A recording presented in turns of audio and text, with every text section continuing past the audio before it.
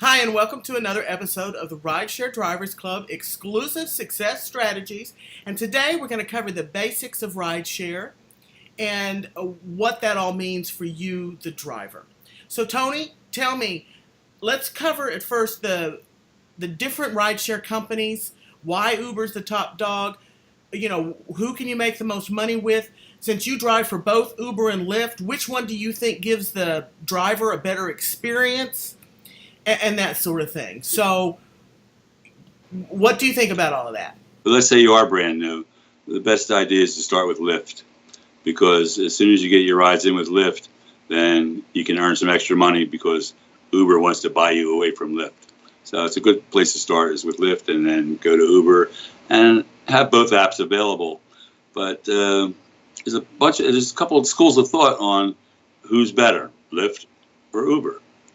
Uber's definitely going to give you more rides, right? Lyft, you get less rides, but you'll get tips because Lyft allows tipping on the app. Uber frowns upon it. They're starting to back off from that situation now, but they still haven't provided a way for their passengers to tip the drivers. And tipping is a big thing. The drivers do appreciate it. They need it, especially with these fares tumbling over the past 17, 18 months. But there's some significant differences between Uber and Lyft. The apps are basically the same. Once you tackle one app, the other one is easy to understand. You can't ride two horses in one race. That's the thing to keep in mind. A lot of people try to do that.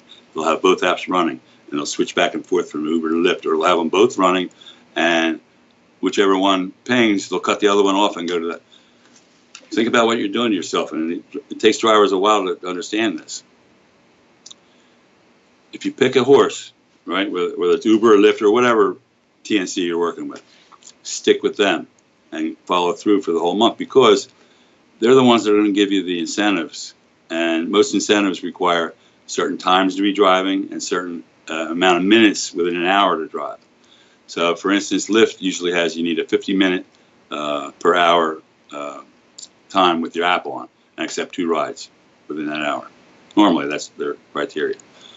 Well, you can't do that if you have 2 apps running, because Uber's going to interrupt you, and you're only going to get 1 ride in. You may only get 49 minutes instead of 50 minutes, and so you don't get your incentives. So if incentives are important, which they are important, then you should take the incentives when they're offered, because they offer them less and less now.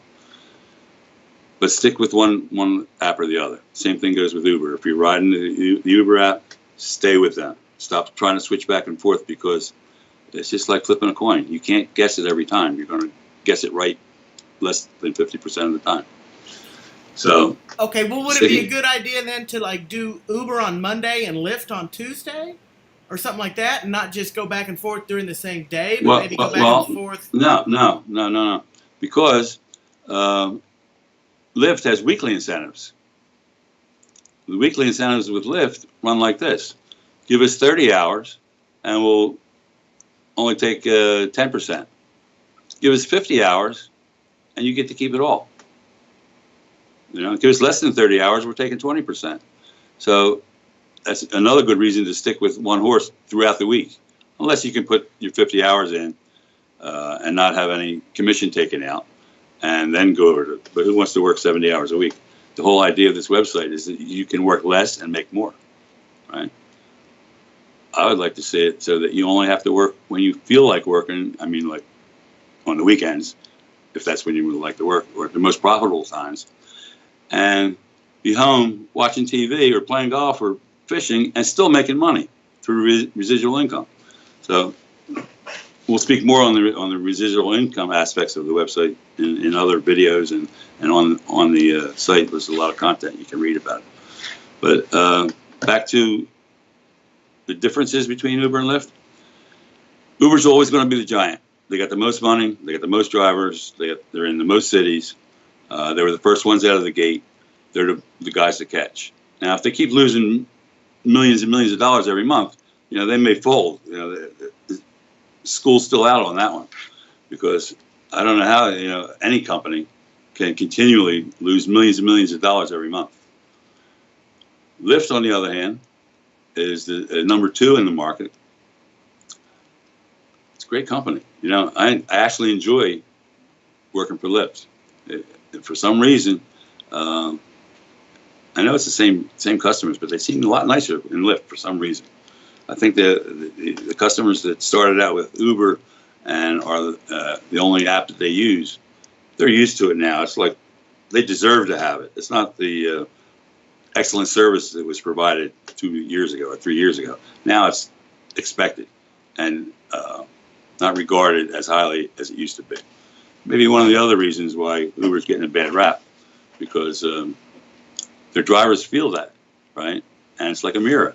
You know, when they're treated with disrespect comes back across the back seat. So, you know, Uber has its problems.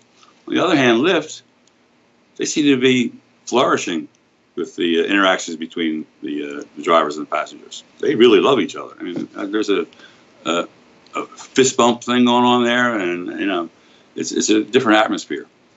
I can't speak to any of the other TNCs, and there's a lot of them. You know, Austin, for instance, has like 4 or 5 of them. Los Angeles, there's at least 4 or 5. I can only speak to my experience. My experiences with Lyft and Uber, and only in the Philadelphia area. But after reading every blog that I can get my hands on, every website, all the e-books that are out there on Amazon about the Uber experience, I've come to one conclusion, that Rideshare Drivers Club so far is the only website that offers a residual income opportunity for the drivers, and that's our secret sauce. It's not going to be secret long, but for now it's our secret sauce. Right. Okay, well, if you had to choose between just driving for Uber or just driving for Lyft, which one would you choose and why? Well, my situation may be different than everyone else's situation. It depends on your own situation, and everybody's different. You know, what is your reason for doing this? My reason to begin with was on a whim, just for some extra cash. But right now, with 3,000 rides in, most of them with Uber, I would probably choose Lyft.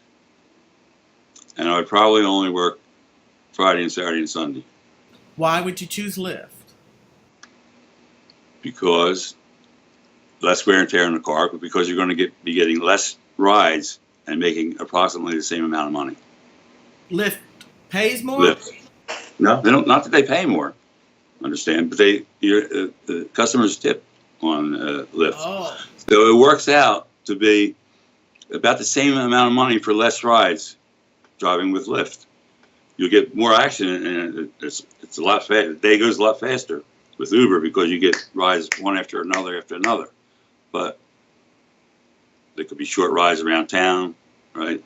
Another thing, Lyft seems to be having long, maybe just me, but Lyft rides, right, seem to be more of a quality ride. They're not like 2 blocks, 3 blocks, a mile. They seem to, for some reason, don't ask me why, because it's not a scientific experiment that I did. It's just a feeling that I have about Lyft. Okay. Plus, I hate Uber. Everybody knows I hate Uber. It's tough to say, but you know. And that's because of the way. There's a lot to be said for what we're doing, because it's get even time, right? It's time for us drivers to take back what they once gave us, and we can do it. Let's take back a honest living, right? That far exceeds what Uber offers, and we can do it playing within their rules.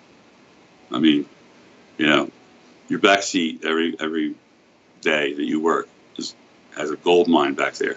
Those passengers, they're your gold mine, because they're captive. You got them. You gave them your business card. Your business card has a QR code on it. They click it. They see the club. They can make money. It's natural. It's easy flowing. It's nothing you have to, you know, oh, what am I going to do? I got to build a website and I got to try and, no. We've taken care of all that for you. We've taken all the guesswork out of it.